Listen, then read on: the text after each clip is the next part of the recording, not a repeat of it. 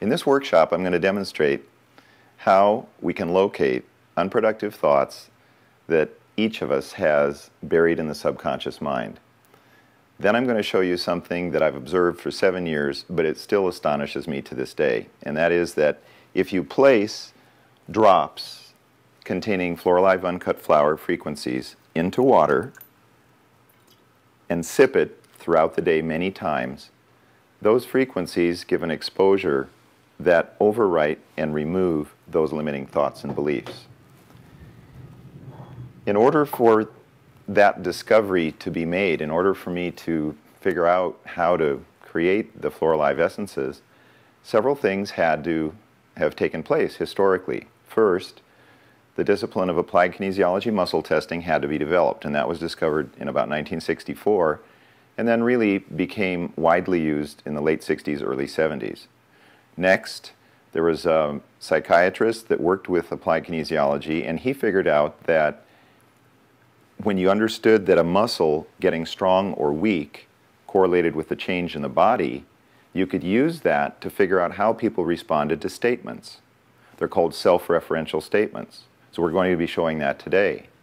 If someone makes a statement, the subconscious mind interprets that statement, and it'll actually affect the motor system. It's like a lie detector test. It's the body's own lie detector, and it gives you a yes-no answer. So you can actually use that as part of a diagnostic protocol. And then something very profound happened in the late 80s.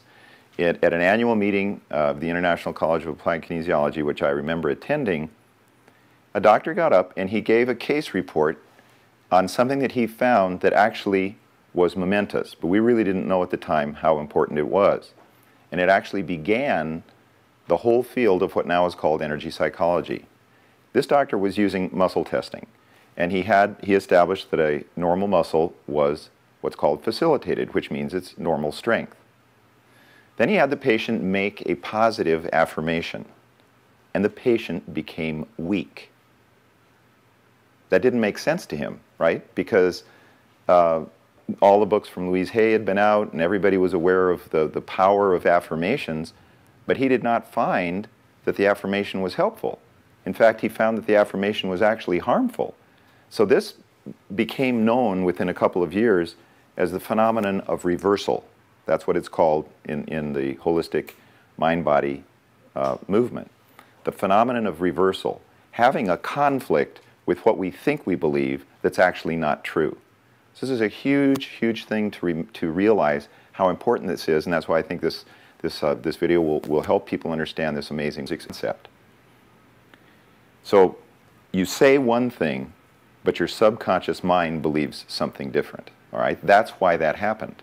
The person was strong, they made a statement, and instead of staying strong, meaning it was coherent, they weakened.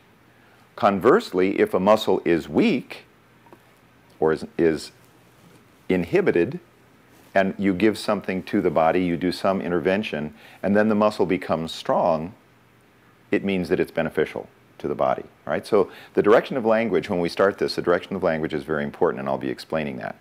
So the idea that we have unconscious beliefs buried in our mind is that we cannot easily overcome is an old concept. In India, very, very long time ago, there was a term called Samskara.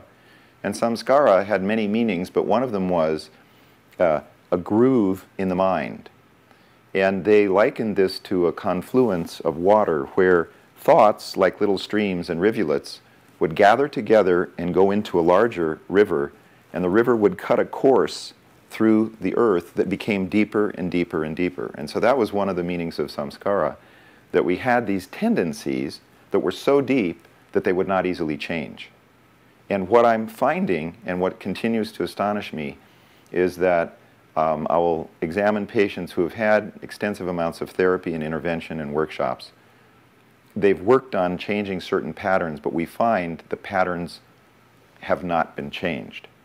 And what is a striking thing to find in the dozens of highly trained doctors around the country that are doing this with me have confirmed this, we're seeing the FlorAlive uncut flower frequencies remove these deep subconscious patterns, which are probably samskaras or another term out of India is skandic patterns. Skandic patterns means things that we carry with us.